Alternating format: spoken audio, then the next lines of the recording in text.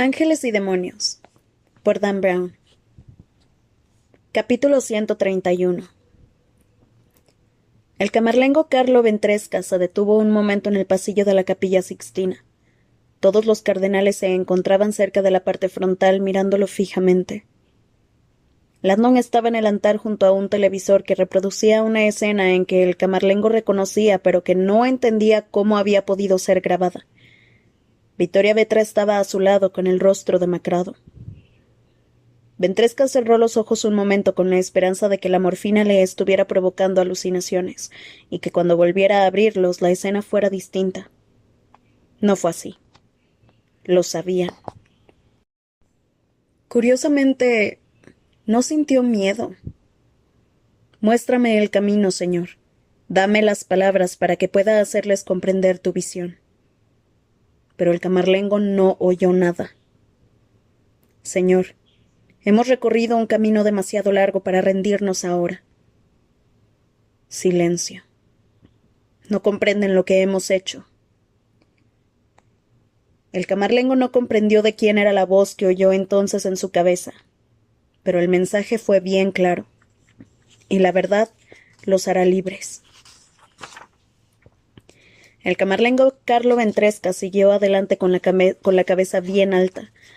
Al pasar por delante de los cardenales advirtió que ni siquiera la tenue luz de las velas podía suavizar sus duras miradas. «Explícate», decían sus rostros.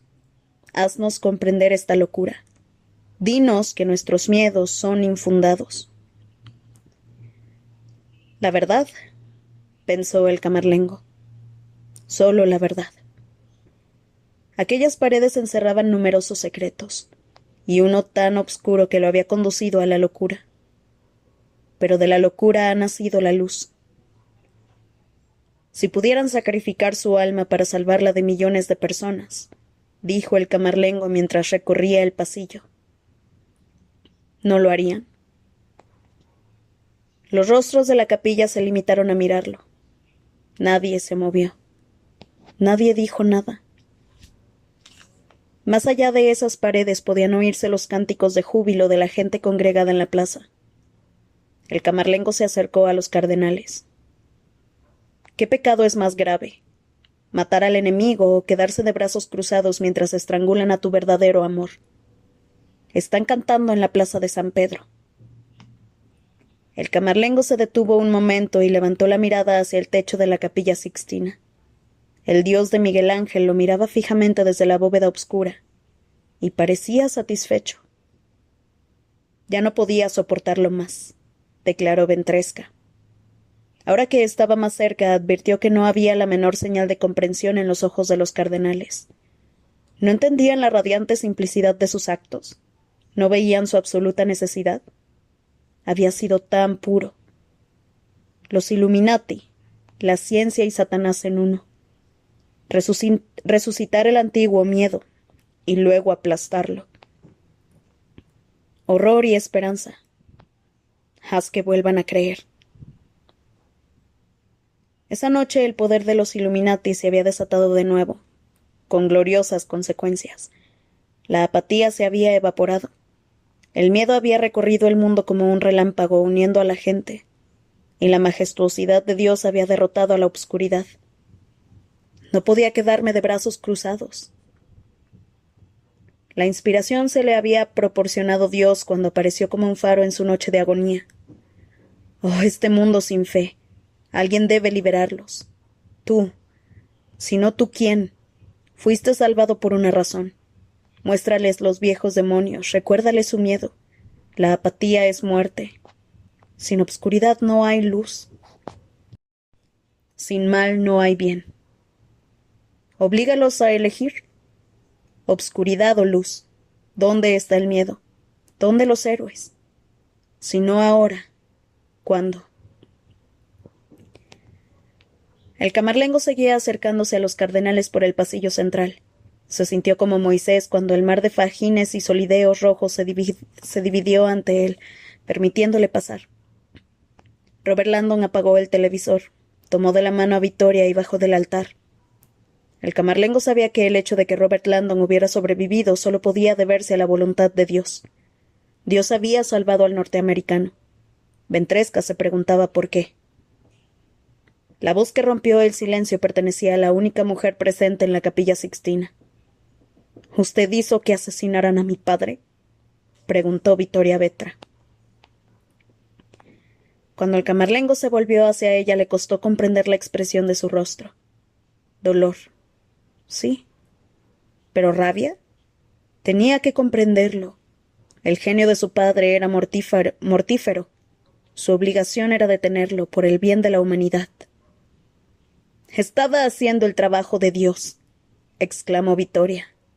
El trabajo de Dios no se hace en un laboratorio, se hace en el corazón.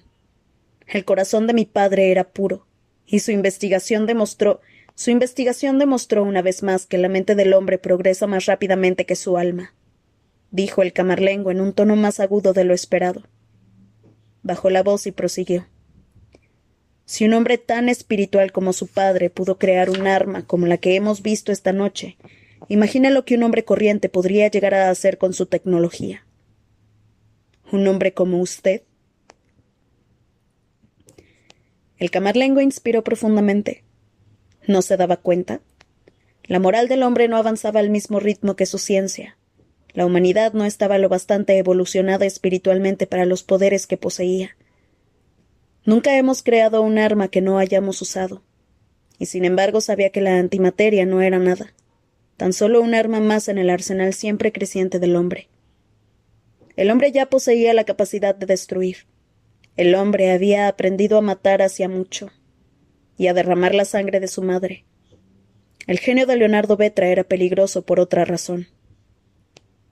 Durante siglos, explicó el camarlengo, la Iglesia ha permanecido de brazos cruzados mientras la ciencia poco a poco iba menoscabando la religión, desacreditando milagros, entrenando la mente para que superara al corazón, tachando a la religión de ser el opio de las masas, considerando a Dios una alucinación, una muleta ilusoria para aquellos incapaces de aceptar que la vida carece de sentido. No podía quedarme sin hacer nada mientras la ciencia se adueñaba del poder de Dios. ¿Pruebas, dice? Sí, pruebas de la ignorancia de la ciencia. ¿Qué hay de malo en admitir que algo existe más allá de nuestra comprensión? El día que la ciencia confirme la existencia de Dios en un laboratorio será el día que la gente dejará de necesitar la fe. Quiero decir el día que dejará de necesitar a la Iglesia, replicó Vittoria avanzando hacia él. La duda es su último reducto de control. Es la duda lo que les proporciona almas. Nuestra necesidad de saber que la vida tiene sentido. La inseguridad del hombre y la necesidad de que un alma ilustrada le asegure que todo forma parte de un plan maestro.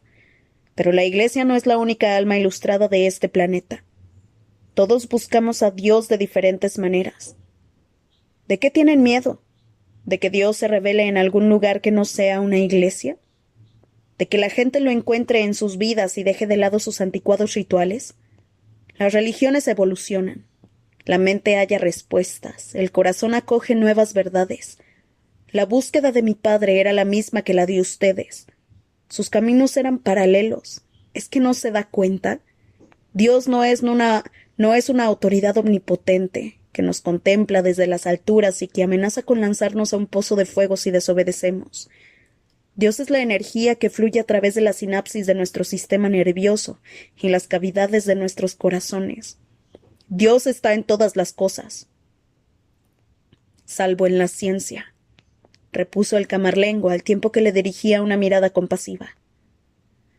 La ciencia, por definición, carece de alma, está divorciada del corazón.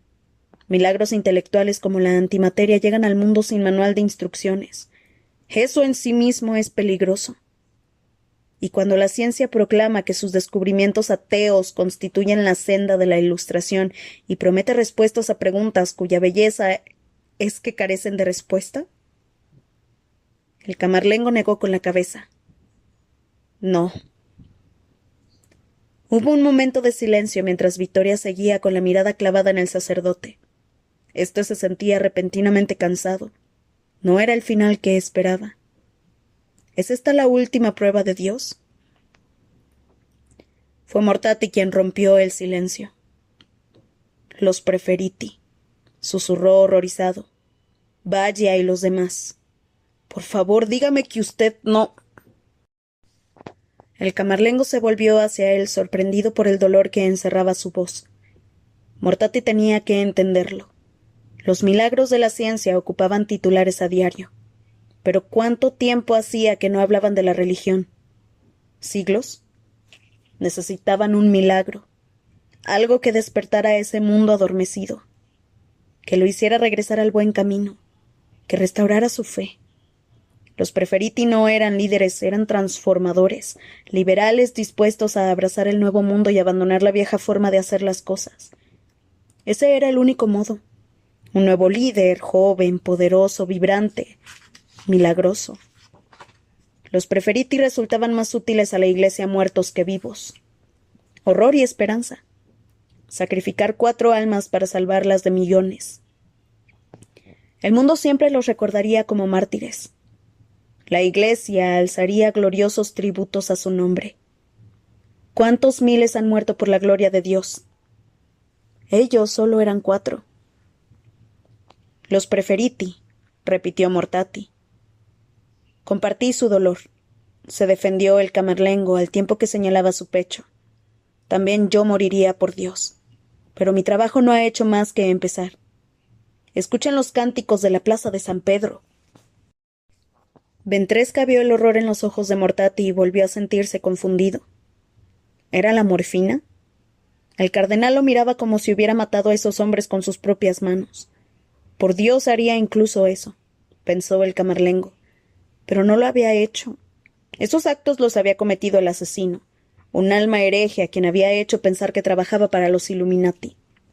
Soy Janus, le había dicho el camarlengo. Demostraré mi poder. Y lo había hecho. El odio del asesino lo había convertido en un peón de Dios. Escuchen los cánticos, repitió Ventresca. Nada une más a los corazones que la presencia del mal.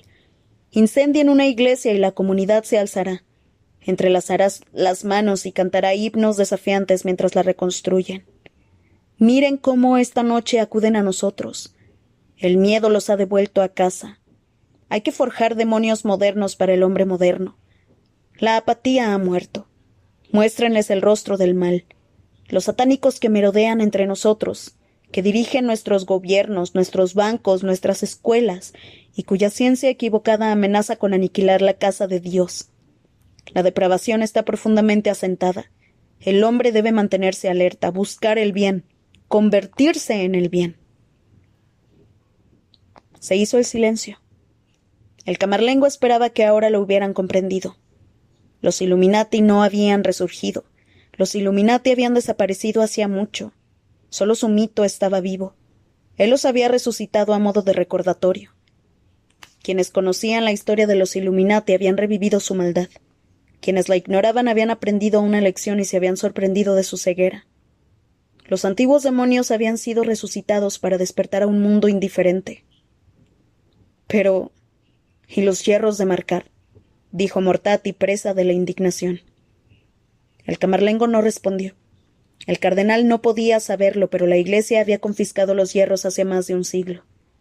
Desde entonces habían permanecido bajo llave en la cámara acorazada del Papa, su relicario privado, oculto en lo más recóndito de los apartamentos Borgia, olvidados y polvorentos.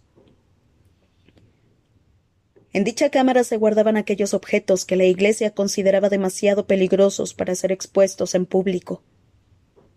¿Por qué ocultan lo que inspira miedo? El miedo conduce a la gente a Dios. La llave de la cámara acorazada pasaba de un papa a otro. El camarlengo Carlo Ventresca se había hecho con ella y había entrado. El mito de lo que contenía resultaba fascinante. El manuscrito original de los 14 libros inéditos de la Biblia, conocidos como apócrifos, o la tercera profecía de Fátima, tan aterradora que tras cumplirse las 2 primeras la Iglesia había decidido no revelarla. Además, el camarlengo encontró la colección Illuminati, todos los secretos que la Iglesia había descubierto tras desterrar al grupo de Roma, su despreciable sendero de la iluminación, el astuto engaño de Bernini, la máxima autoridad artística del Vaticano. Los principales científicos de Roma se mofaban de la religión en sus reuniones en Castel San Angelo. La colección incluía una caja pentagonal con 5 hierros de marcar, uno de los cuales era el mítico diamante de los Illuminati. Se trataba de una parte de la historia del Vaticano que los antiguos preferían olvidar. El camarlengo, sin embargo, no estaba de acuerdo. Pero la antimateria, lo recriminó Vittoria. Ha estado usted a punto de destruir el Vaticano. No hay riesgos cuando Dios está de tu lado, dijo el camarlengo. Esta era su causa. Está loco, exclamó ella furiosa. He salvado a millones de personas. Ha asesinado a gente. He salvado almas. Dígaselo a mi padre y a Max Kohler. Tenía que denunciar la arrogancia del CERN, una pequeña gota que puede aniquilarlo todo a 1 kilómetro a la redonda. ¿Y usted me llama loco a mí? El camarlengo se enfureció. ¿Acaso creían que le había resultado fácil? Quienes tienen fe han de someterse a duras pruebas. Dios pidió a Abraham que sacrificara a sus hijos. Dios ordenó a Jesús que sufriera la crucifixión. Y ahora colgamos el símbolo del crucifijo ante nuestros ojos, sangriento, doloroso, agonizante, para recordar el poder del mal, para mantener alertas nuestros corazones. Las cicatrices del cuerpo de Jesús son un recordatorio viviente de los poderes de la oscuridad. Mis cicatrices son un recordatorio viviente. El mal existe, pero el poder de Dios lo vencerá. Sus gritos resonaron por las paredes de la Capilla Sixtina, y luego se hizo un profundo silencio. El tiempo pareció detenerse. El juicio final de Miguel Ángel se alzaba ominoso. Tras él, Jesús enviando a los pecadores al infierno. Los ojos de Mortati se llenaron de lágrimas. —¿Qué ha hecho Carlo? —susurró. Cerró los ojos y una lágrima cayó por su mejilla. —¿Su santidad? Se oyó un suspiro colectivo de dolor, como si todos los presentes en la estancia se hubieran olvidado de ello hasta ese momento. El Papa, envenenado. Era un vil mentiroso, escupió el camarlengo. Mortati estaba deshecho. ¿Qué quiere decir? Era un hombre honesto, él lo quería. Y yo a él. Oh, cuánto lo quería. Pero el engaño, los votos a Dios que había roto. Ventresca sabía que ahora no lo comprenderían, pero más adelante lo harían. Cuando se lo dijera lo entenderían. Su santidad era el mayor impostor que la Iglesia hubiera conocido nunca. Todavía recordaba aquella terrible noche. Acababa de regresar de su viaje al CERN con la noticia del génesis de Vetra y el horrendo poder de la antimateria. El camarlengo estaba seguro de que el Papa advertiría los peligros, pero el Santo Padre se sintió esperanzado por el descubrimiento. Incluso sugirió que el Vaticano financiara su trabajo como gesto de buena voluntad hacia la investigación científica con base espiritual. Una locura. La Iglesia invirtiendo en investigaciones que amenazaban con dejarla obsoleta, investigaciones que producían armas de destrucción masiva, la bomba que había matado a su madre. Pero no puede, había exclamado el camarlengo. Tengo una gran deuda con la ciencia, le había respondido el Papa, algo que he ocultado toda mi vida. La ciencia me hizo un regalo cuando era joven, un regalo que nunca he olvidado. No lo entiendo. ¿Qué tiene la ciencia que ofrecer a un hombre de Dios? Es complicado, había respondido el pontífice. Necesito tiempo para hacértelo comprender. Pero primero hay algo sobre mí que debes saber.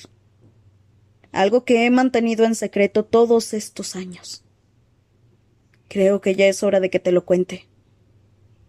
Y entonces, el Papa le reveló la asombrosa verdad.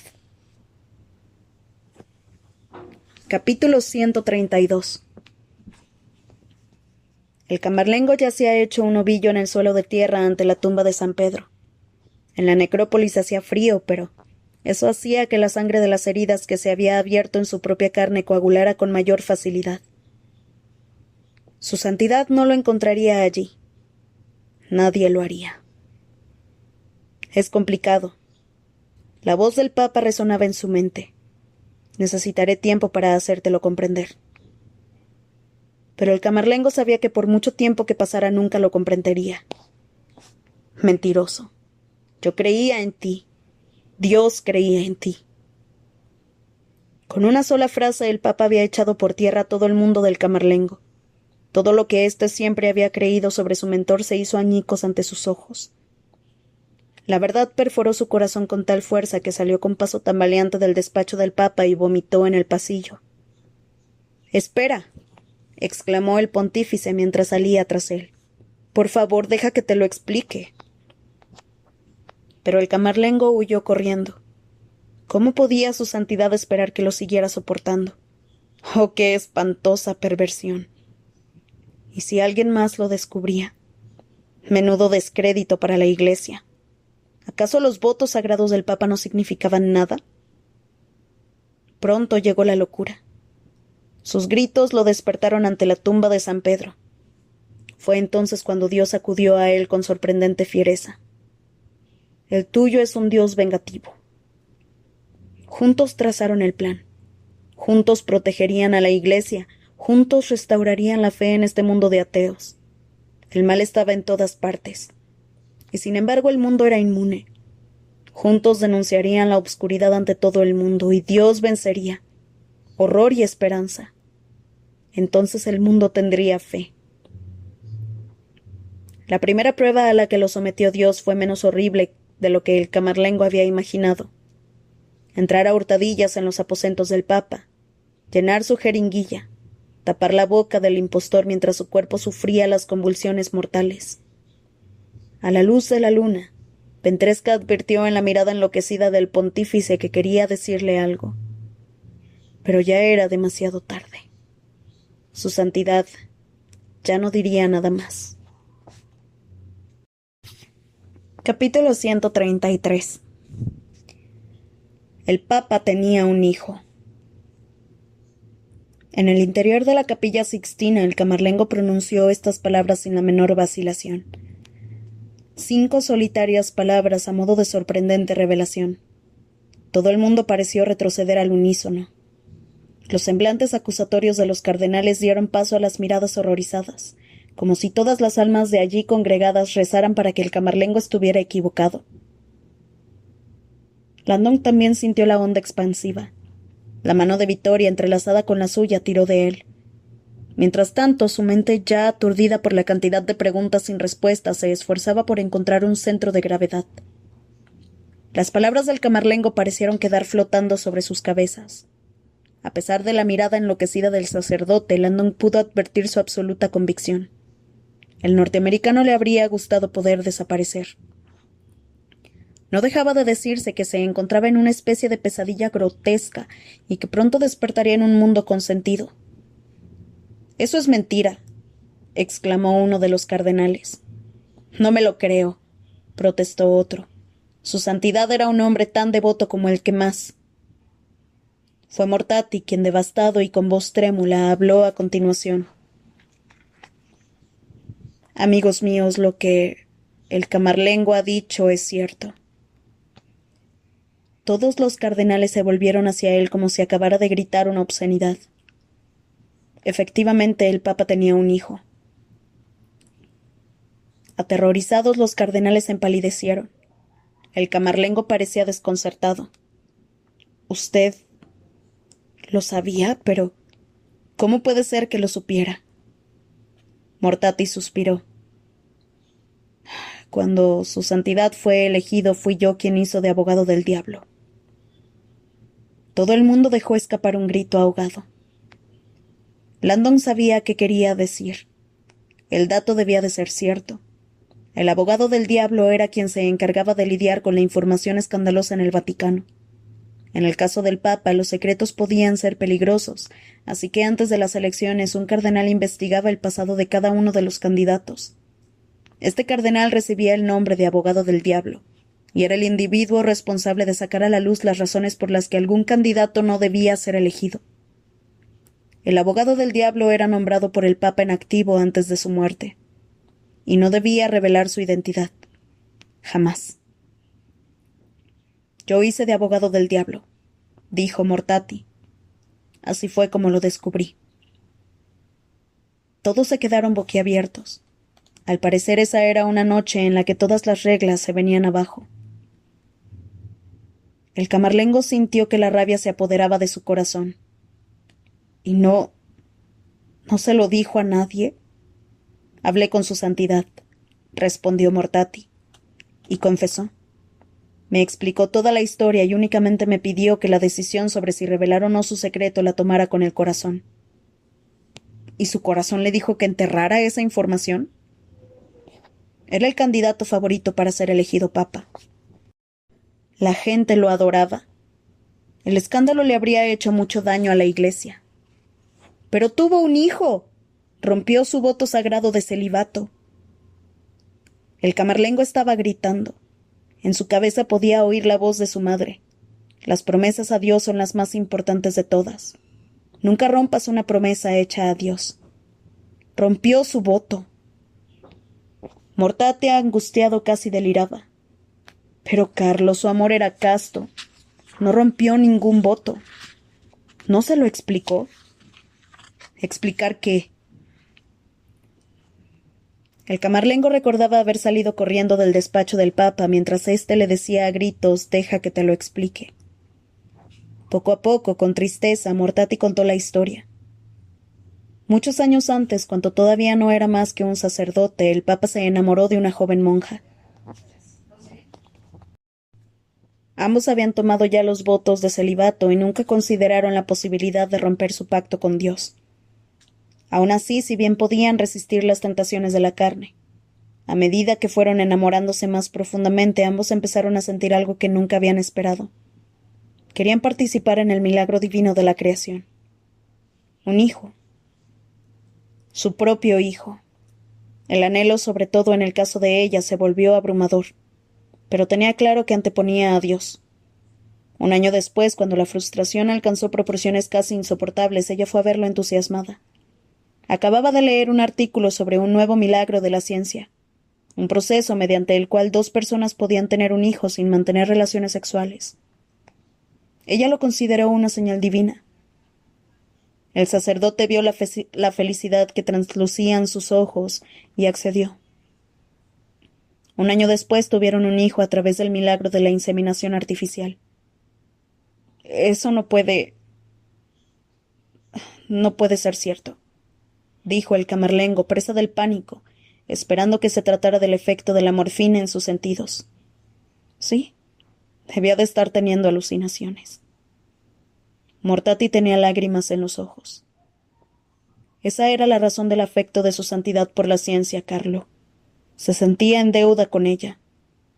La ciencia le había permitido disfrutar de la dicha de la paternidad sin tener que romper su voto del celibato.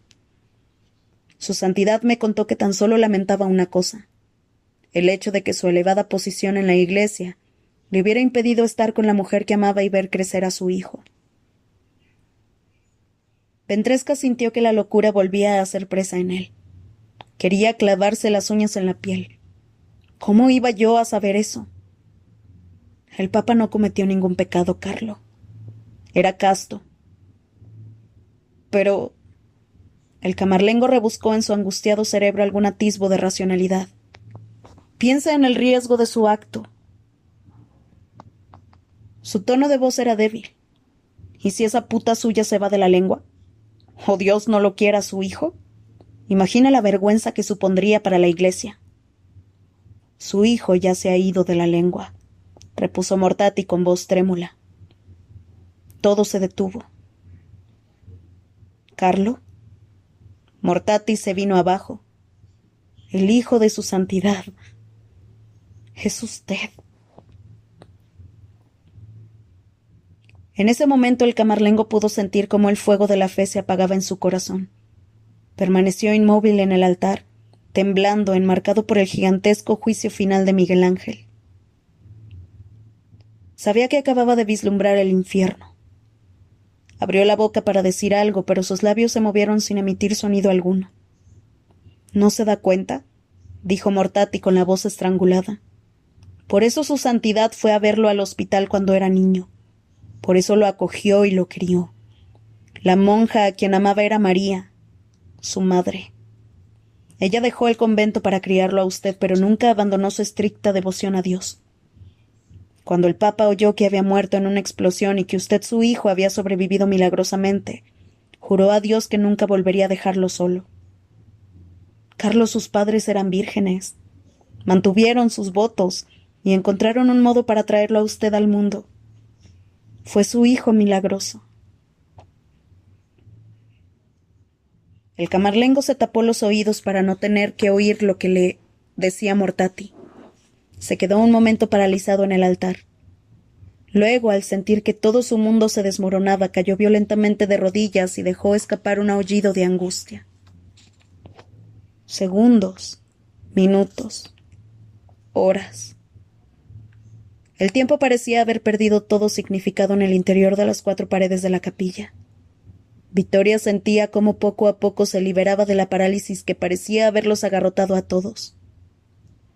Soltó la mano de Robert y empezó a abrirse paso entre la multitud de cardenales. La puerta de la capilla parecía estar a kilómetros de distancia y tenía la impresión de estar avanzando bajo el agua, como a cámara lenta. Al pasar entre los cardenales, su movimiento pareció despertar a otros de su trance. Algunos se pusieron a rezar, otros a llorar. Alguno, presintiendo cuáles eran sus intenciones, se volvió hacia ella. Cuando ya casi había llegado al fondo, de repente alguien la agarró del brazo. Con suavidad, pero también con firmeza, Victoria se volvió y se encontró cara a cara con un cardenal. Tenía el rostro ensombrecido por el miedo. No, susurró el hombre. No puede. Victoria se le quedó mirando incrédula. Otro cardenal se acercó a ella. Debemos pensar antes de actuar. Y otro. El dolor que esto podría causar. Rodearon a Victoria. Ella se les quedó mirando atónita. Pero lo que ha sucedido hoy, esta noche, el mundo debe conocer la verdad. Mi corazón está de acuerdo, concedió el arrugado cardenal que le sujetaba el brazo. Pero se trata de un camino del que no hay retorno. Debemos tener en cuenta las esperanzas rotas, el cinismo. ¿Cómo podría la gente volver a confiar en nosotros? De repente más cardenales le bloquearon el paso. Tenía delante una muralla de sotanas negras. Escucha a la gente que hay en la plaza, dijo uno. ¿Cómo afectará esta noticia a sus corazones? Debemos mostrarnos prudentes. Necesitamos tiempo para pensar y rezar, terció otro. Debemos actuar con precaución. Las repercusiones de esto... Ha asesinado a mi padre, exclamó Victoria, y también a su propio padre. Estoy seguro de que pagará por sus pecados, afirmó con tristeza el cardenal que le sujetaba el brazo. Ella también lo estaba, y tenía la intención de asegurarse de que lo hiciera. Intentó llegar a la puerta, pero los cardenales le cortaron el paso atemorizados. ¿Qué van a hacer?, chilló ella. ¿Matarme? Los ancianos empalidecieron y Victoria se arrepintió de inmediato de sus palabras. Comprendía que el alma de aquellos hombres era bondadosa. Ya habían visto suficiente violencia por esa noche. No querían amenazarla. Simplemente estaban atrapados, asustados. Intentaban orientarse. Solo quiero hacer lo correcto, dijo el arrugado cardenal. Entonces suéltela, declaró una profunda voz a su espalda. Su tono era sereno pero categórico. Robert Landon se acercó a Victoria y ella notó que la tomaba de la mano. La señorita Vetra y yo vamos a salir de esta capilla. Ahora mismo. Con paso vacilante los cardenales empezaron a hacerse a un lado. Un momento, exclamó Mortati. Dejó al camarlengo solo y derrotado en el altar y se acercó a ellos por el pasillo central. De repente parecía mucho más viejo y más cansado, y sus movimientos lastrados por la vergüenza. Llegó y apoyó una mano en el hombro de Landon y la otra en el de Victoria. La joven sintió la sinceridad de su gesto y advirtió que tenía los ojos llorosos. Por supuesto que pueden irse, dijo Mortati. Por supuesto. Se detuvo un momento. Su dolor era tangible. Solo les pido una cosa. Agachó la cabeza y permaneció un momento callado. Luego volvió a levantar la mirada hacia ellos. Dejen que sea yo quien lo haga. Saldré de inmediato a la plaza y lo contaré todo. No sé cómo, pero encontraré la manera. La confesión debe provenir de la propia Iglesia. Debemos ser nosotros quienes revelemos nuestros errores. Mortati se volvió con tristeza hacia el altar. Carlo, ha arrastrado a esta iglesia a una situación lamentable. Se interrumpió y miró a su alrededor. En el altar ya no había nadie. Se oyó una tela crujir en un pasillo lateral y luego la puerta al cerrarse. El camarlengo se había ido. Capítulo 134. La bata blanca del camarlengo Ventresca ondeaba a su espalda mientras él se alejaba a grandes zancadas de la Capilla Sixtina. Los guardias suizos se quedaron estupefactos cuando lo vieron salir y él les dijo que necesitaba estar un momento a solas. Los soldados obedecieron y lo dejaron pasar. Al rodear la esquina y desaparecer de la vista de los guardias, el camarlengo sintió un torbellino de emociones que jamás habría creído posible en un ser humano. Había envenenado al hombre al que llamaba Santo Padre, el hombre que se dirigía a él como hijo mío. El camarlengo siempre había creído que las palabras padre e hijo se debían a la tradición religiosa, pero ahora conocía la diabólica verdad. Eran literales. Al igual que aquella fatídica noche de hace semanas, Carlo Ventresca sintió la acometida de la locura mientras atravesaba corriendo la oscuridad. Llovía la mañana en la que el personal del Vaticano llamó a la puerta del camarlengo y lo despertó de un intermitente sueño. Llovía la mañana en la que el personal del Vaticano llamó a la puerta del camarlengo y lo despertó de un intermitente sueño. El Papa, le dijeron, no abría la puerta ni contestaba al teléfono. Los clérigos estaban asustados. Ventresca era la única persona que podía entrar en los aposentos del pontífice sin ser anunciado. El camarlengo lo hizo y encontró al Papa tal y como lo había dejado la noche anterior, retorcido y muerto sobre la cama. El rostro de su santidad parecía el de Satanás. Tenía la lengua negra como la muerte. Era como si el mismísimo diablo hubiera dormido allí. El camarlengo no sentía el menor remordimiento. Dios había hablado. Nadie descubriría la traición. Todavía no. Eso llegaría más adelante. Anunció la terrible noticia. Su santidad había muerto a causa de una apoplejía. Luego el camarlengo empezó a preparar el cónclave. La voz de su madre le susurraba al oído. Nunca rompas una promesa hecha a Dios. Sí, dijo ella. Si no tú, ¿quién? ¿Quién sacará a la iglesia de la oscuridad?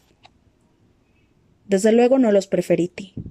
Eran viejos, cadáveres ambulantes, liberales que seguirían la senda del Papa y apoyarían a la ciencia en su memoria, abandonando las antiguas formas para captar seguidores modernos. Un grupo de ancianos desesperadamente anticuados fingiendo que no lo eran. Fracasarían, claro está. La fuerza de la Iglesia estaba en su tradición, no en su fugicidad. Todo era transitorio. La Iglesia no necesitaba cambiar, solo recordarle al mundo que todavía era relevante. El mal existe. Dios vencerá. La Iglesia necesitaba un líder. Los ancianos no inspiraban a la gente. Jesús sí lo hizo. Joven, vibrante, poderoso, milagroso. Disfruten del té, había dicho el camarlengo a los 4 preferiti al dejarlos en la biblioteca privada del Papa antes del cónclave. Su guía llegará en breve. Los cardenales le habían dado las gracias, entusiasmados por la posibilidad de entrar en el famoso paseto. Era algo realmente inusual. Antes de irse, el camarlengo había dejado la puerta abierta, y justo a la hora convenida había aparecido un sacerdote con aspecto extranjero y una antorcha en la mano que había hecho entrar al pasadizo a los emocionados preferiti. Los hombres no volvieron a salir. Ellos serán el horror. Yo seré la esperanza. Yo seré la esperanza. Ellos serán el horror. No. Yo soy el horror. El camarlengo avanzó a tumbos a través de la oscuridad de la Basílica de San Pedro. De algún modo, más allá de la locura y la culpa, más allá de las imágenes de su padre, más allá del dolor y la revelación, más allá incluso de los efectos de la morfina, había alcanzado una brillante clarividencia. Una noción de destino. Conozco mi objetivo, pensó sobrecogido por su lucidez. Desde el principio, esa noche nada había salido tal y como lo había planeado. Se habían presentado obstáculos imprevistos, y el camarlengo había tenido que adaptarse a ellos tomando atrevidas decisiones. Aún así nunca habría imaginado que la noche terminaría de ese modo, si bien ahora podía ver la majestuosa predestinación que se escondía en ello. No podría haber terminado de otro modo. Oh, qué terror había sentido en la Capilla Sixtina al creer que Dios se había olvidado de él. Los actos que había ordenado cometer. El camarlengo había caído de rodillas, presa de la duda, esforzándose por escuchar la voz de Dios sin encontrar más que silencio. Necesitaba una señal, guía, orientación. ¿Era esa la voluntad del Señor? ¿La iglesia destruida por un abominable escándalo? No. Dios era quien había guiado los pasos del camarlengo, ¿que no? Entonces la vio, sobre el altar. Una señal. Comunicación divina. Algo ordinario visto bajo una luz extraordinaria. El crucifijo. Humilde, de madera. Jesús en la cruz. En ese momento todo se volvió claro. El camarlengo no estaba solo. Nunca lo estaría. Esa era su voluntad, su propósito. Dios siempre pedía grandes sacrificios a quienes más amaba. ¿Por qué al camarlengo le había costado tanto comprenderlo? ¿Tenía miedo? ¿Era demasiado humilde? Daba igual. Dios había encontrado la forma de comunicarse con él. Ahora Ventresca comprendía incluso por qué Robert Landon había sido salvado. Para revelar la verdad. Para provocar ese final. Ese era el único camino que conducía a la salvación de la Iglesia. El camarlengo sentía que flotaba mientras descendía al nicho de los palios. Seguía bajo los efectos de la morfina, pero sabía que Dios guiaba sus pasos. A lo lejos podía oír que los cardenales salían de la capilla y gritaban órdenes a la guardia suiza. Pero no lo encontrarían. No a tiempo. El camarlengo sentía que tiraban de él, cada vez con mayor fuerza. Descendió a la zona subterránea en la que brillaban las 99 lámparas de aceite. Dios lo llevaba de vuelta a suelo santo. Se dirigió hacia la reja del agujero que conducía a la necrópolis. Ahí terminaría la noche, en la sagrada obscuridad subterránea. Tomó una lámpara de aceite y se dispuso a bajar. Mientras cruzaba el nicho, sin embargo, se detuvo un momento. Había algo que no terminaba de encajar. ¿Cómo servía así a Dios? ¿Un final solitario y silencioso? Jesús había sufrido ante los ojos de todo el mundo. Esa no podía ser la voluntad de Dios. El camarlengo intentó escuchar su voz, pero solo podía oír el confuso zumbido de la droga.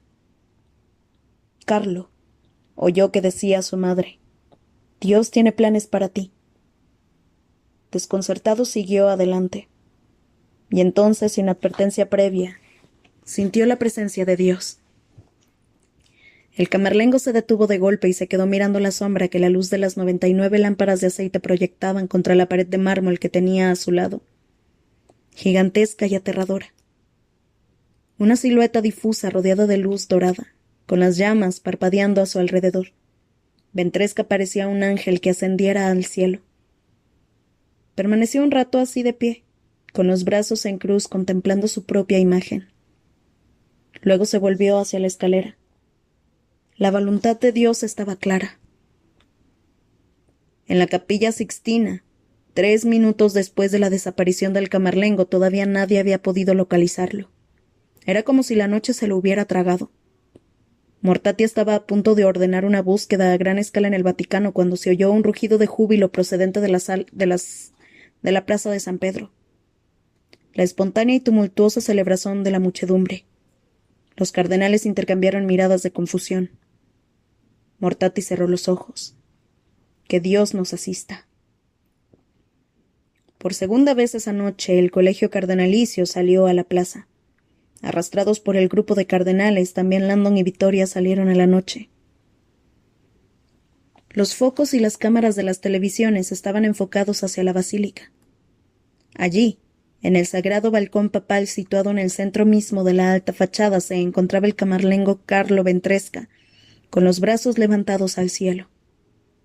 Incluso desde lejos parecía la pureza encarnada, una estatuilla vestida de blanco, iluminada por los focos. La energía en la plaza pareció crecer como la cresta de una ola y de repente la barrera de la Guardia Suiza cedió. Un eufórico torrente de humanidad se precipitó hacia la basílica. La gente lloraba y cantaba, las cámaras grababan. Era un auténtico pandemonium. A medida que la gente iba ocupando el espacio vacío, el caos fue intensificándose. No parecía que nada pudiera pararlo. Pero algo lo hizo. Desde las alturas el camarlengo hizo un pequeño gesto.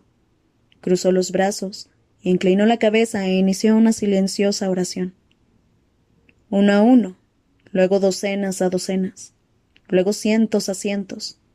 La gente inclinó la cabeza hacia él. Junto con él. La plaza quedó en silencio como si de un hechizo se tratara. En la mente del camarlengo, voraginosa y distante, las oraciones se sucedían en un torrente de esperanzas y pesares. Perdonadme, Padre, Madre, llenos de gracia. Vosotros sois la Iglesia. Espero que comprendáis este sacrificio de vuestro unigénito. Oh Jesús, sálvanos de los fuegos del infierno. Conduce todas las almas al cielo, sobre todo aquellas que más necesitan tu misericordia. El camarlengo no abrió los ojos para ver la muchedumbre que tenía delante, ni las cámaras de televisión ni el mundo que lo observaba. Podía sentirlo en el alma. A pesar de la angustia, la unidad del momento resultaba embriagadora. Era como si una red de conectividad se hubiera disparado en todas direcciones alrededor del globo. Delante de los televisores, en las casas y en los coches, todo el mundo rezaba al unísono. Cual sinapsis de un corazón gigantesco, la gente extendía las manos hacia Dios en docenas de idiomas, en cientos de países. Las palabras que susurraban eran nuevas y sin embargo tan familiares para ellos como sus propias voces, antiguas verdades grabadas en el alma. La consonancia parecía eterna. El silencio dio paso de nuevo a los cánticos. El camarlengo sabía que había llegado el momento. Santísima Trinidad, te ofrezco lo más valioso, cuerpo, sangre, alma, en reparación por los escándalos, los sacrilegios y las indiferencias. Ventresca empezó a notar el dolor físico. Se propagaba por su piel como una plaga, y sintió ganas de arañarse la piel como lo había hecho semanas antes, cuando Dios había acudido a él por primera vez. No te olvides del dolor que Jesús padeció. Podía notar los efluvios en la garganta. Ni siquiera la morfina podía amortiguar el sabor. Mi trabajo aquí ha terminado. El horror era suyo, la esperanza de ellos. En el nicho de los palios el camarlengo había cumplido la voluntad de Dios y se había ungido el cuerpo, el pelo, la cara, la ropa de lino. Se había embadurnado con los óleos sagrados y vítreos de las lámparas. Tenían un olor dulzón, como el de su madre, pero arderían. La suya sería una ascensión misericordiosa, milagrosa y rápida, y no dejaría tras de sí un escándalo, sino fuerza y asombro. Metió la mano en el bolsillo de la bata y rodeó con sus dedos el pequeño mechero dorado que había tomado en el incendiario de los palios. Susurró un verso del libro de los jueces, y cuando la llama ascendió a los cielos, El ángel del Señor ascendió con ellas. Apoyó el pulgar. En la plaza de San Pedro seguían los cánticos. La visión que el mundo presenció a continuación no resultaría fácil de olvidar. En el balcón, como un alma que se liberara de sus ligaduras corporales, una luminosa llamarada prendió en el centro del pecho del camarlengo. El fuego envolvió al instante todo su cuerpo. No gritó, sino que se limitó a levantar los brazos por encima de la cabeza y alzar la mirada al cielo. Las llamas envolvieron todo su cuerpo en una columna de luz y permaneció envuelto en ellas durante lo que pareció una eternidad ante la mirada de todo el mundo. El resplandor de la luz se fue haciendo cada vez más brillante, hasta que poco a poco las llamas comenzaron a disiparse. El camarlengo Ventresca ya no estaba. Resultaba imposible decir si se había desplomado por detrás de la balaustrada o simplemente se había evaporado. Lo único que quedaba de él era una nube de humo que ascendía hacia el cielo por encima de la ciudad del Vaticano. Capítulo 135. Amaneció tarde en Roma. Una tormenta temprana alejó a la multitud de la plaza de San Pedro. Los medios de comunicación se refugiaron bajo paraguas o en el interior de sus vehículos y se comentaron los acontecimientos de esa noche. Las iglesias de todo el mundo se llenaron de gente. Era un momento de reflexión y discusión, para todas las religiones. Abundaban las preguntas, y sin embargo las respuestas solo parecían conducir a preguntas aún más profundas. Hasta el momento la Santa Sede había permanecido en silencio sin hacer ninguna declaración. En lo más profundo de las grutas vaticanas, el cardenal Mortati se arrodilló a solas ante el sarcófago abierto. Extendió la mano y cerró la ennegrecida boca de su santidad. Ahora por fin descansaría en paz, para toda la eternidad. A los pies de Mortati había una urna dorada llena de cenizas. El cardenal las había recogido personalmente y las había llevado hasta allí. Una oportunidad para perdonar, le dijo a su santidad mientras depositaba la urna en el interior del sarcófago junto al Papa. Ningún amor es mayor que el de un padre por su hijo. Mortati metió la urna bajo los hábitos papales. Sabía que esas grutas sagradas estaban reservadas exclusivamente a las reliquias de los pontífices, pero por alguna razón le pareció que eso era lo más adecuado. —¿Signore? —preguntó alguien que acababa de entrar en la gruta. Era el teniente Chartrand. Iba acompañado por 3 guardias suizos. Están esperándolo en el cónclave. Mortati asintió. Ahora voy. Ya es hora de que su santidad tenga la paz que se merece.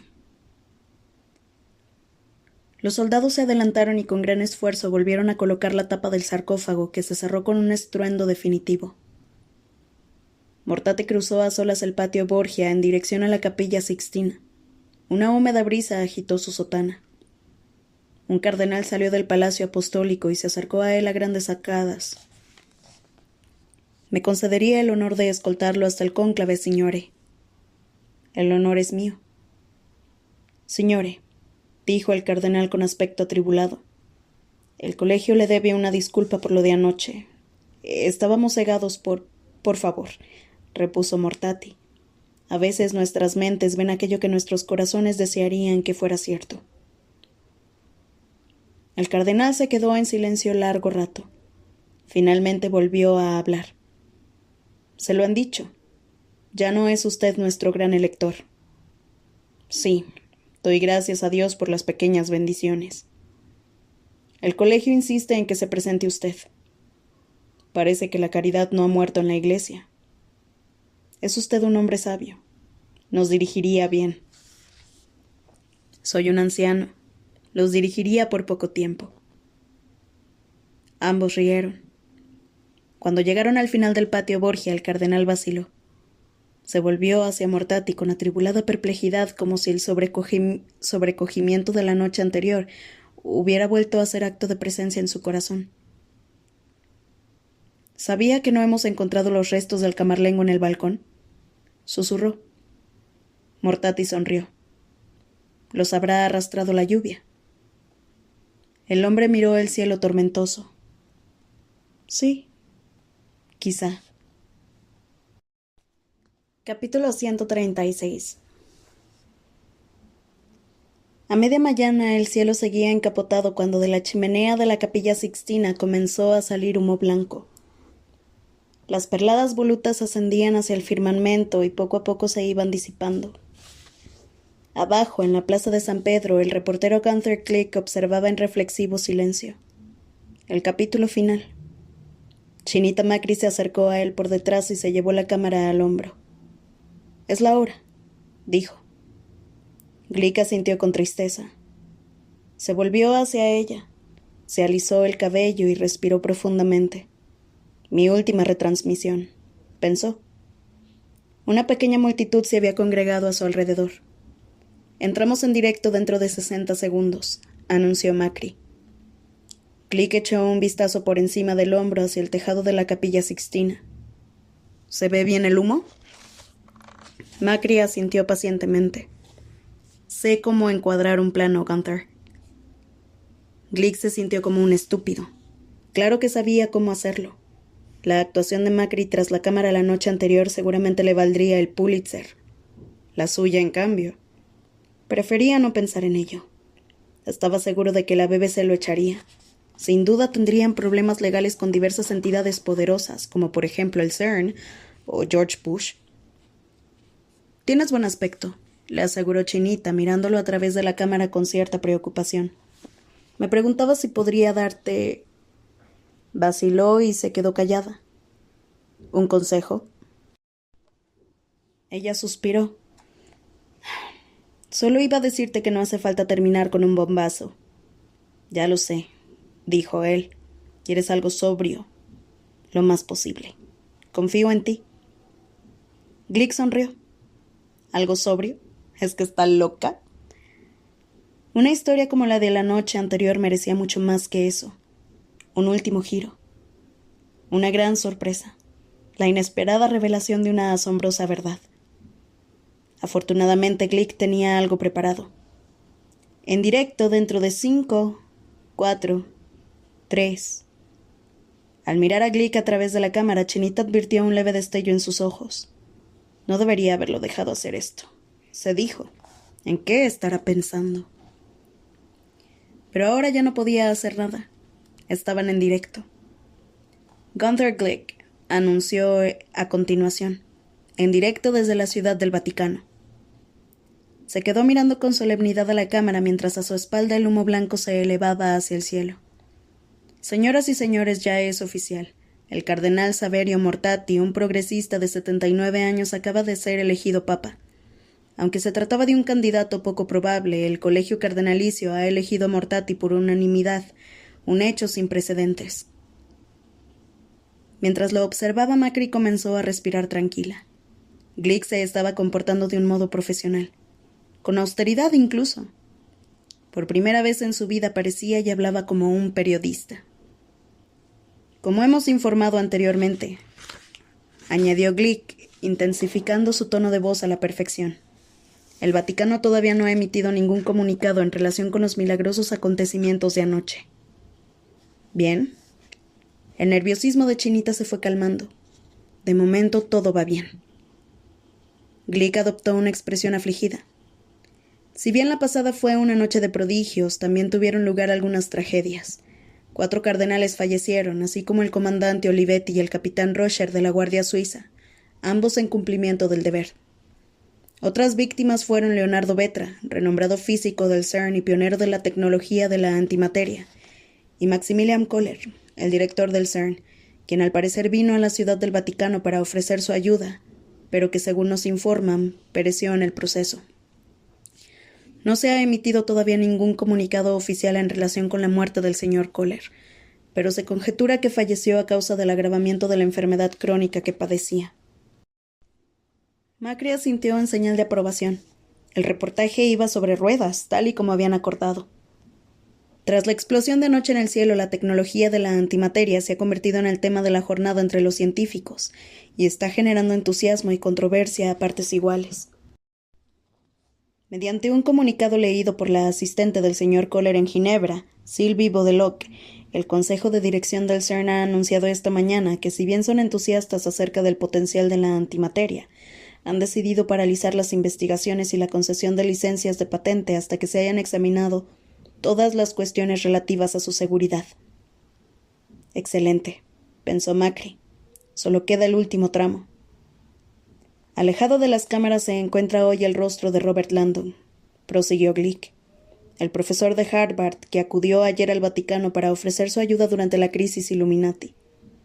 Aunque en un principio se creyó que había fallecido en el estallido de la antimateria, nos informan de que fue visto en la plaza de San Pedro tras la explosión. Cómo se las arregló para llegar ahí sigue siendo tema de especulación, aunque un portavoz del Hospital Tiberina asegura que el señor Landon cayó del cielo al río Tíber poco después de medianoche. Al parecer fue atendido allí y dado de alta posteriormente. Glick arqueó las cejas sin dejar de mirar a la cámara. Si eso es cierto, creo que efectivamente podemos decir que la pasada fue una noche de milagros. Un final perfecto. Una amplia sonrisa se dibujó en el rostro de Macri. Impecable. Ahora la despedida. Pero Glick no se despidió. En vez de ello hizo una pausa y dio un paso hacia la cámara con una misteriosa sonrisa pintada en el rostro. Antes de terminar... Ay, no. Me gustaría presentarles a un invitado. A Chinita se le agarrotaron de golpe las manos. ¿Un invitado? ¿Qué demonios está haciendo? ¿Qué invitado? ¡Despídete! Pero sabía que era demasiado tarde. Glick ya lo había anunciado. El hombre en cuestión, dijo Glick, es un reputado especialista estadounidense. Chinita vaciló. Contuvo la respiración mientras Glick se volvía hacia el pequeño grupo de gente que había alrededor y le indicaba a su invitado que se acercara. Macri empezó a rezar en silencio. Por favor, que se trate de Robert Landon y no de un loco obsesionado con las conspiraciones de los Illuminati. En cuanto el invitado apareció, el corazón de Chinita dio un vuelco. No se trataba de Robert Landon. Era un hombre calvo, vestido con unos vaqueros y una camisa de franela. Llevaba bastón y unas gafas de gruesos cristales. Macri se echó a temblar. Un loco. Permítanme que les presente, anunció Glick, al renombrado especialista de la Universidad DePaul de Chicago, el Dr. Joseph Vanek. Macri vaciló. No se trataba de un aficionado a la conspiración. Había oído hablar sobre ese tipo. Dr. Vanek, dijo Glick, posee usted una información asombrosa en relación con el cónclave de anoche. Así es, repuso Vanek. Tras una noche de grandes sorpresas, resulta difícil imaginar que todavía pueda quedar alguna y, sin embargo, se detuvo. Glick sonrió. Y sin embargo hay algo más. El hombre asintió. Sí, por extraño que pueda parecer, creo que sin saberlo, este fin de semana, el colegio cardenalicio ha elegido a 2 papas. La cámara de Macri estuvo a punto de resbalársele de las manos. Glick sonrió con sagacidad. ¿2 papas, dice? El especialista asintió. Sí. En primer lugar, debería decir que he dedicado mi vida al estudio de las leyes de las elecciones papales. La judicatura del cónclave es extremadamente compleja, y la mayor parte ha sido olvidada, se ignora o resulta obsoleta. Puede que ni siquiera el gran elector tenga conocimiento de lo que estoy a punto de revelar. No obstante, según leyes antiguas recogidas en la Romano Pontifici Eligendo, artículo 63, la votación no es el único método mediante el cual un papa puede ser elegido. Hay otro método más divino, la elección por aclamación. Se detuvo un momento, y anoche sucedió. Glick seguía con la mirada puesta en el invitado. Continúa, por favor. Como recordará, prosiguió el especialista, anoche, cuando el camarlengo Carlo Ventresca se encontraba en la azotea de la basílica, los cardenales comenzaron a corear su nombre al unísono. Sí, lo recuerdo. Con esa imagen en mente, permítame que le cite textualmente las antiguas leyes electorales. El hombre extrajo unos papeles del bolsillo, Se aclaró la garganta y empezó a leer. La elección por aclamación tiene lugar cuando los cardenales, como iluminados por el Espíritu Santo, libre y espontáneamente proclaman por unanimidad y de viva voz al nombre de uno. Click sonrió. ¿Está usted diciendo que anoche, cuando los cardenales corearon el nombre de Carlo Ventresca, lo eligieron papa? Efectivamente. Es más, la ley indica que la elección por aclamación invalida los requerimientos para ser elegido papa y permite que cualquier clérigo, sea este sacerdote, obispo o cardenal, sea elegido. De modo que, como ve, el camarlengo estaba perfectamente cualificado para ser elegido papa mediante este procedimiento. El doctor Vanek miró directamente a la cámara. Los hechos son los siguientes. Anoche, Carlo Ventresca fue elegido papa. Ocupó el cargo durante apenas 17 minutos, y de no haber ardido milagrosamente en una columna de fuego, ahora debería ser enterrado en las grutas vaticanas junto con los demás pontífices. Gracias, doctor. Glick dirigió a Macri una traviesa mirada. Ha sido muy ilustrativo. Capítulo 137. Desde lo alto de los escalones del Coliseo romano, Vittoria lo llamaba riéndose. Date prisa, Robert. Ya sabía yo que debería haberme casado con un hombre más joven.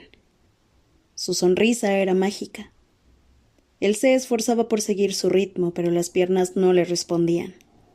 Espera, suplicó. Por favor. Sintió un martilleo en la cabeza. Luego Robert Landon se despertó con un sobresalto. Obscuridad. Permaneció largo rato inmóvil en la suavidad de una cama desconocida, incapaz de recordar dónde estaba. Las almohadas eran de plumas de ganso, grandes, maravillosas. El aire olía a flores.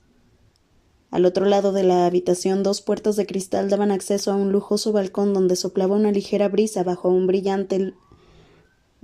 brillante luna surcada de nubes.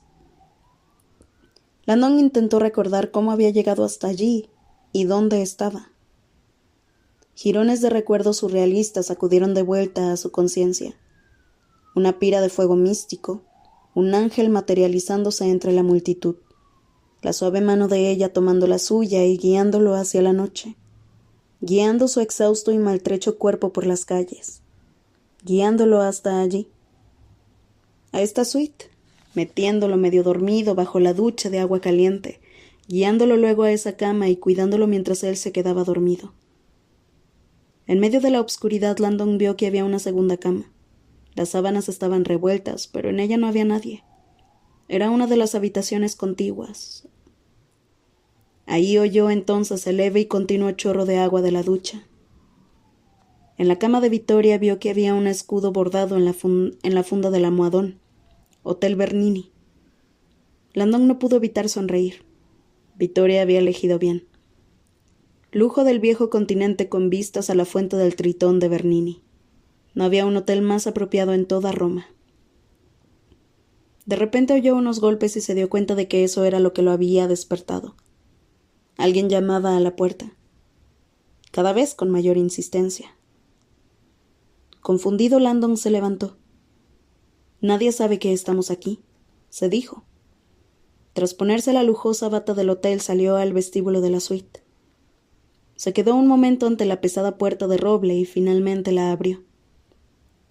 Un robusto hombre ataviado con unos vistosos ropajes púrpuras y amarillos se le quedó mirando. «Soy el teniente Chartrand», se presentó el hombre, «de la Guardia Suiza del Vaticano». Landon sabía muy bien quién era. «¿Cómo nos ha encontrado?» «Anoche los vi marcharse de la plaza y los seguí. Afortunadamente todavía están ustedes aquí». Landon sintió una repentina ansiedad y se preguntó si los cardenales habrían enviado a Chartrand para escoltarlos a Vittoria y a él de vuelta a la ciudad del Vaticano. Al fin y al cabo, aparte del colegio cardenalicio, ellos dos eran las únicas personas que sabían la verdad. Suponían un problema. «Su Santidad me ha pedido que le dé esto», dijo Chartrand, entregándole un sobre lacrado con el sello del Vaticano. Landon lo abrió y leyó la nota manuscrita. «Señor Landon, señorita Vetra, aunque es mi deseo pedirles discreción acerca de los acontecimientos de las últimas 24 horas, Me resulta imposible requerir nada más de ustedes de lo que ya nos han ofrecido. Así pues, opto por retractarme con humildad y confío en que se dejen guiar por sus corazones. Hoy el mundo parece un lugar mejor. Quizá las preguntas son más poderosas que las respuestas. Mi puerta estará siempre abierta para ustedes. Su santidad, Saverio Mortati. Landon leyó el mensaje 2 veces. Sin duda el colegio cardenalicio había escogido un líder noble y generoso. Antes de que pudiera decir nada, Chartrand le entregó a sí mismo un pequeño paquete. Un obsequio de su santidad a modo de agradecimiento. Landon tomó el paquete. Era muy pesado y estaba envuelto en papel marrón. Por decreto suyo, dijo Chartrand, se le concede el préstamo indefinido de este objeto de la cámara acorazado del Papa. Su santidad únicamente le pide que en su testamento se asegure de que regrese a su lugar de origen. Landon abrió el paquete y se quedó sin habla. Era un hierro de marcar, el diamante de los Illuminati. El teniente sonrió. La paz sea con usted, dijo, y se volvió para marcharse. Gracias, consiguió decir Landon mientras sujetaba el preciado regalo con manos trémulas. El guardia vaciló un momento en el pasillo. Señor Landon, ¿puedo hacerle una pregunta? Por supuesto. Mis compañeros y yo sentimos cierta curiosidad. Esos últimos minutos. ¿Qué sucedió en el helicóptero? Landon experimentó una oleada de ansiedad. Sabía que ese momento llegaría. El momento de la verdad. Victoria y él habían hablado de ello la noche anterior mientras se escabullían de la plaza de San Pedro. Y habían tomado una decisión, antes incluso de recibir la nota del Papa. Leonardo Vetra había soñado con que el descubrimiento de la antimateria marcara el inicio de un despertar espiritual. Obviamente, acontecimientos como los de la pasada noche no eran lo que tenía en mente, pero había un hecho innegable. En ese momento, alrededor del mundo, la gente pensaba en Dios de un modo distinto de como lo había hecho antes. Landon y Victoria no tenían idea de cuánto tiempo duraría la magia, pero sabían que no romperían el embrujo sembrando el escándalo y la duda. Los caminos del Señor son inescrutables, se dijo Landon, preguntándose irónicamente si quizá, solo quizá, lo sucedido el día anterior no habría sido en el fondo la voluntad de Dios. Señor Landon, repitió Chartrand. Le preguntaba acerca del helicóptero. Él le sonrió con tristeza. Sí, ya lo sé. Las palabras surgieron de su corazón, no de su cabeza. Puede que se deba a la conmoción de la caída, pero mi memoria parece... La verdad es que no lo recuerdo bien. La desilusión de Chartrand fue patente. ¿No recuerda nada? Landon suspiró. Me temo que seguirá siendo un misterio. Cuando Robert Landon regresó al dormitorio, la visión que le esperaba lo dejó estupefacto. Victoria estaba en el balcón, de espaldas a la barandilla, mirándolo intensamente. Su silueta radiante bajo la luz de la luna era como la aparición celestial. Podría haber sido una diosa romana, ataviada con el albornoz blanco y el cinturón ceñido acentuando sus esbeltas curvas. Tras ella, una pálida neblina envolvía como una aureola la fuente del Tritón de Bernini. Landon se sintió irremediablemente atraído por ella, más que por ninguna otra mujer en toda su vida. Dejó el diamante de los Illuminati y la carta del Papa sobre la mesilla de noche. Ya tendría tiempo de explicarle todo eso más adelante. Fue hacia el balcón. Victoria parecía feliz de verlo.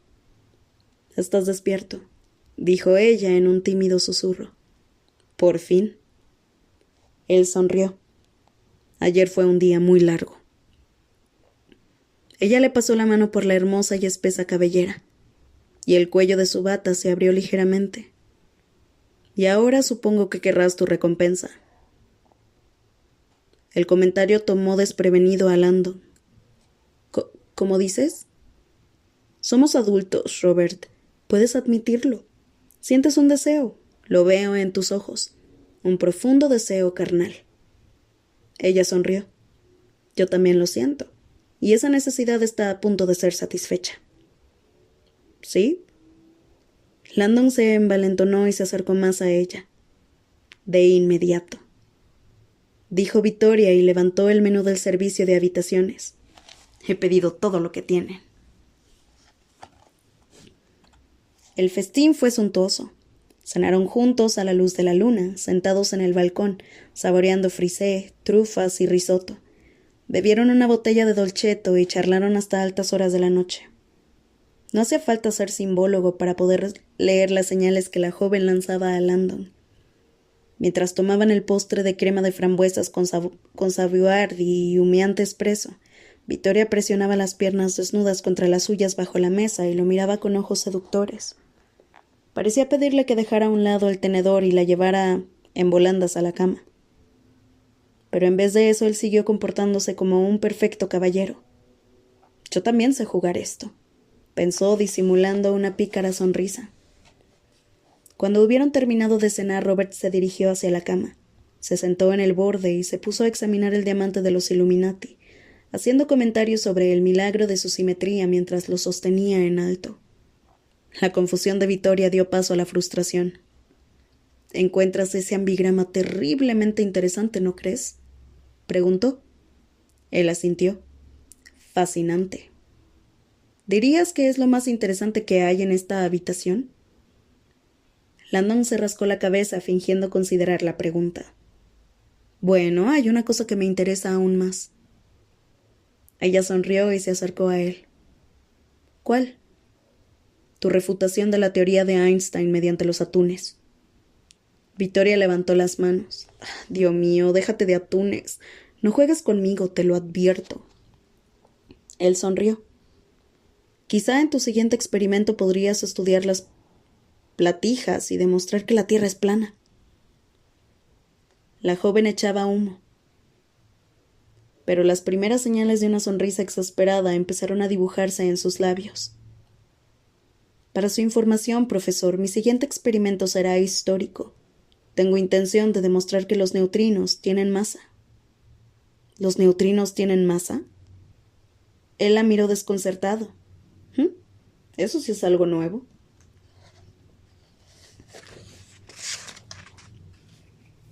Con un rápido movimiento, ella se le echó encima y lo inmovilizó. «Espero que creas en la vida después de la muerte, Robert Landon», dijo Victoria, sentada a horcajadas sobre él. En sus ojos brillaba un travieso fuego. «En realidad», respondió él entre carcajadas, «siempre he sido incapaz de imaginar nada más allá de este mundo». «¿De verdad? ¿Entonces nunca has tenido una experiencia religiosa? ¿Un momento perfecto de glorioso éxtasis?». Landon negó con la cabeza. «No, y dudo seriamente que yo sea el tipo de hombre que tiene experiencias religiosas». Victoria se quitó la bata. «Nunca te has acostado con una experta en yoga, ¿verdad?».